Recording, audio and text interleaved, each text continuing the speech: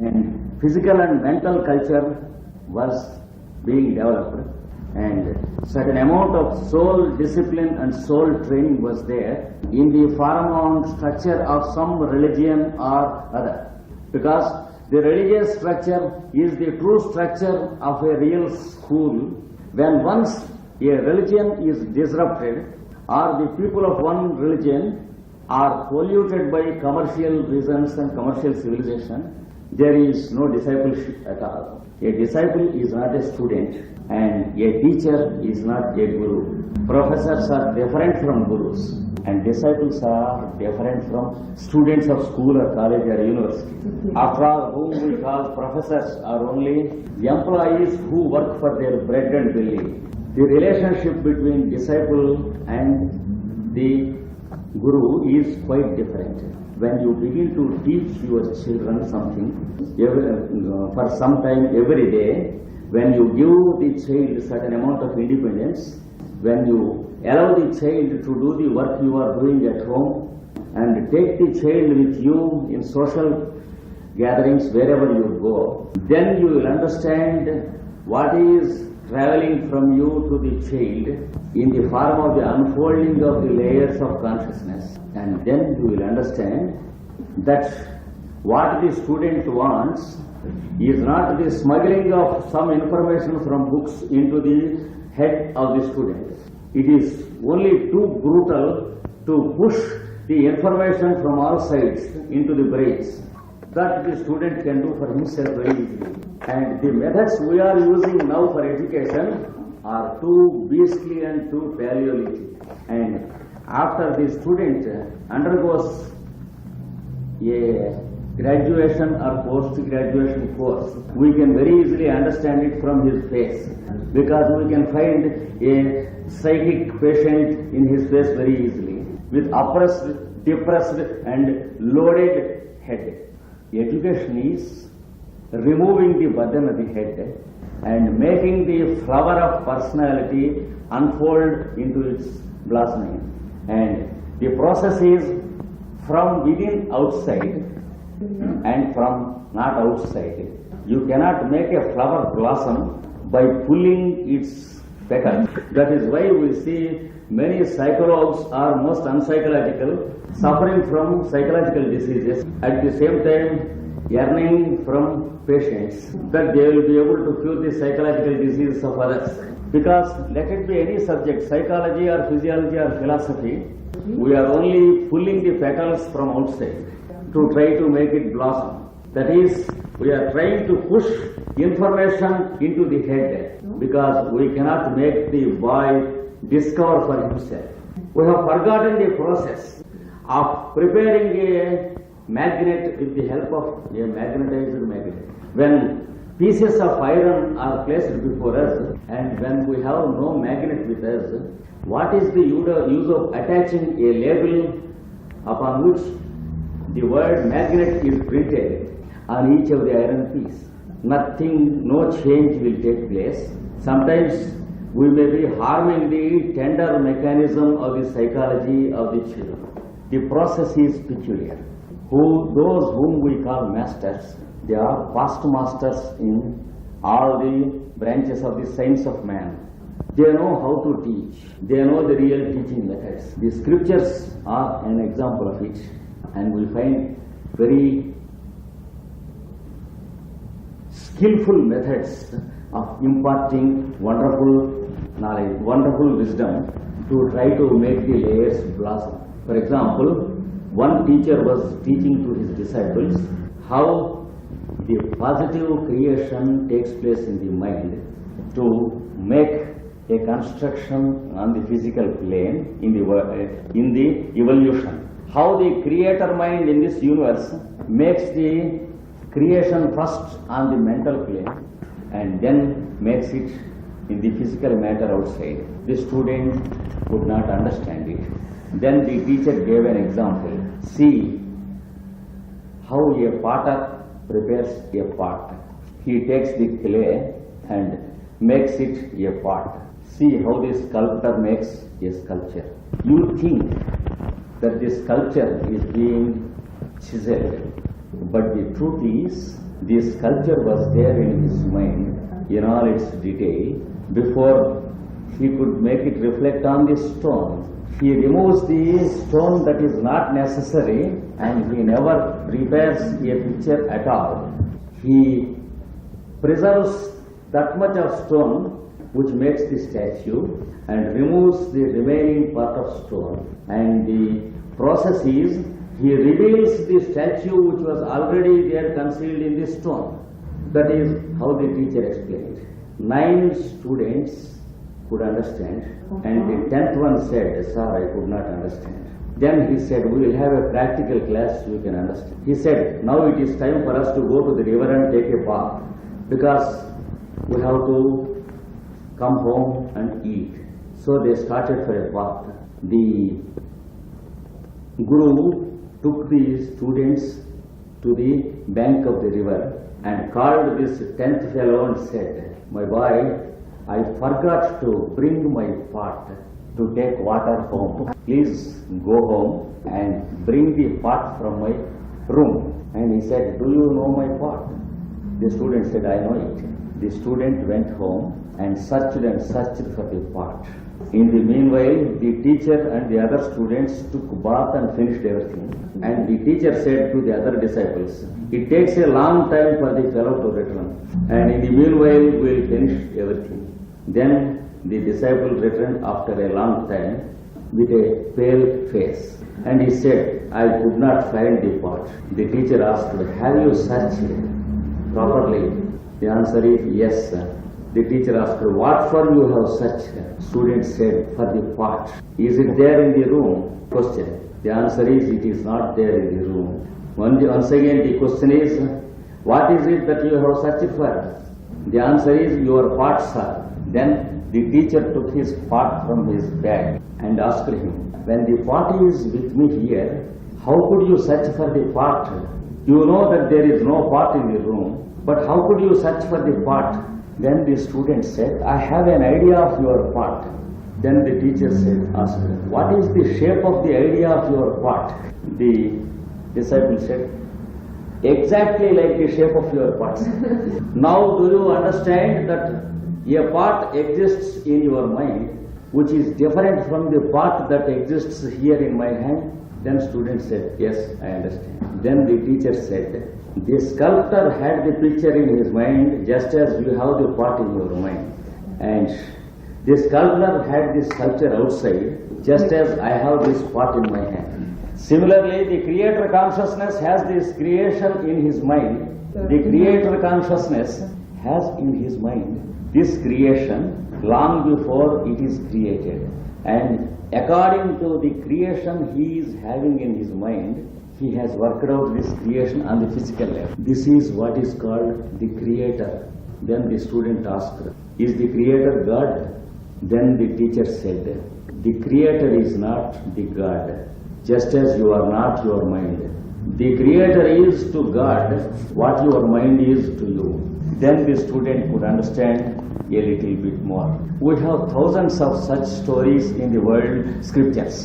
And it is a pity that we do not find such stories in the modern teaching psychology textbooks or in the poor brains of the psychologists also. Because with due respects to the modern dimensions of psychology, I declare after 1,000 times once again that the modern psychology is a wonderful science of problems without solutions. It can give you the reason of any psychological problem. It can analyze wonderfully why you are not sleeping and immediately give you a paper with all the graphs and the mental vibrations. When you ask for a solution how to sleep, there is no single page as a direct answer or a solution in any one of the thousands and thousands of books of the psychologues. If you show a single solution, I will be your first disciple from today onwards. We are having a science called psychology, which is still Paleolithic in its nature. And the disciples and the masters know what psychology is. And from thousands of years in the past Till today, the real masters of wisdom are making the layers of consciousness of the disciples unfold in a systematic and artistic manner, so that there may not be any damage to the mental filaments of the disciple. And there was a time when the disciples were sent for some years to the teachers. Sometimes for 7 years or 10 years or 12 years. The disciples were asked to stay with the teachers and then return after many years. Now it is not possible under the present conditions because education has been miserably commercialized. Not that great intellectuals do not know the value of education today. There are great intellectuals among the modern educationalists having wonderful creative powers and good schemes. But the contribution of these great international educationalists is mercilessly crushed under the boots of commercialization. We find political fellows deciding the fate of education. Under these conditions, the masters have evolved a wonderful method of educating their disciples. You are asked to stay in your own position and a scheme is given to you so that you may follow for yourself and make your own experiments with your own profession in the office and psychological experiments with the persons in the domestic circle and social experiments with your friends circle and working out solutions for tough problems by tackling persons whom you call your enemies and by tackling yourself with the advantage of the presence of those whom you call enemies. Whenever we have enemies, the spiritual teachers take the advantage of it and they try to solve unsolvable psychological problems not to our enemies but to ourselves, because we are not pleased if the problems of our enemies are solved. We will be highly displeased and indignant if anyone solves the problems of our enemies. So the teachers take the advantage of the presence of our enemy and they will effect a cure upon us with a good medicine which we call enemy. One disciple approached his guru in India and said, I am in great difficulty. The teacher said, I know it.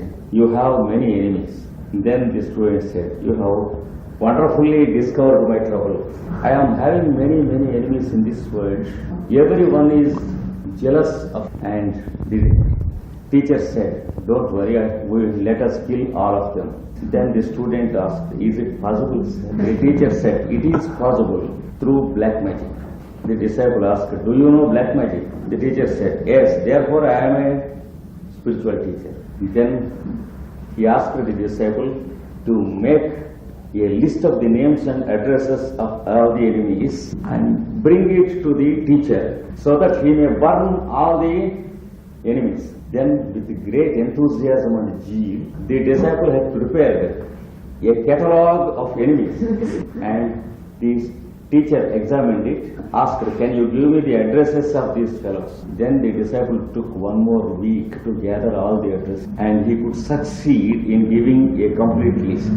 Then the teacher asked, can you give me the telephone numbers of these? Then the fellow took one more week because he had to go around these enemies 3 times. That was what the teacher wanted. And then the list was finished, complete. Then the teacher asked, give me a priority list. Who are the immediate and dangerous enemies, so that we may practice black magic according to that order. And then he took one more night to make a priority list. And there was the red letter list.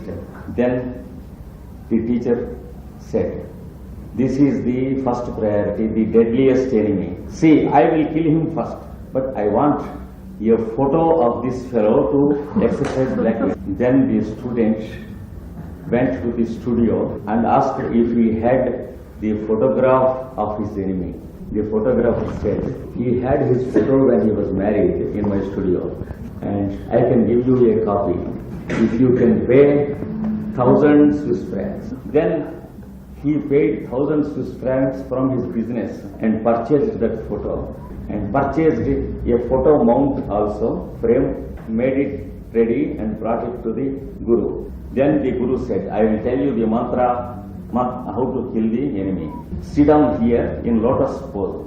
Place the picture before you. Look at the face and close your eyes. Try to recollect the face of your enemy in your mind and see that the face is not distorted from your mind. Then the disciple began to practice, and within 1 week he could make his mind stable on the picture of the enemy. And then he came and asked, Sir, my mind is tranquil now, and it is not so very angry about my enemies as it was previously. I feel that the jealousy of my enemies has come down much, because the reason is his mind is tranquilized and his jealousy is diluted, and therefore he felt that the jealousy of his enemies is diluted.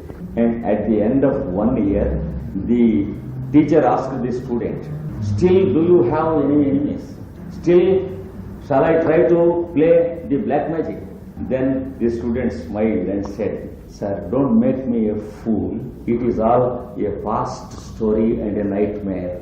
This is the way in which the teachers tackle their disciples. And they tackle personally during some centuries. Yeah. That is, the disciple has to stay with the teacher for some years. And after some time, when the disciple has no time to go to the teacher, when the civilized centuries occur on this earth, they establish peculiar contacts between disciples and themselves, and they use peculiar methods. You can stay at home, you can attend all your duties, and you will be developed in your spiritual path, and the lessons are systematically given to you. And your lessons include your duties at home, your duties to your wife and children, your father and mother and your brothers, your duties in the office, and your duties in the friends.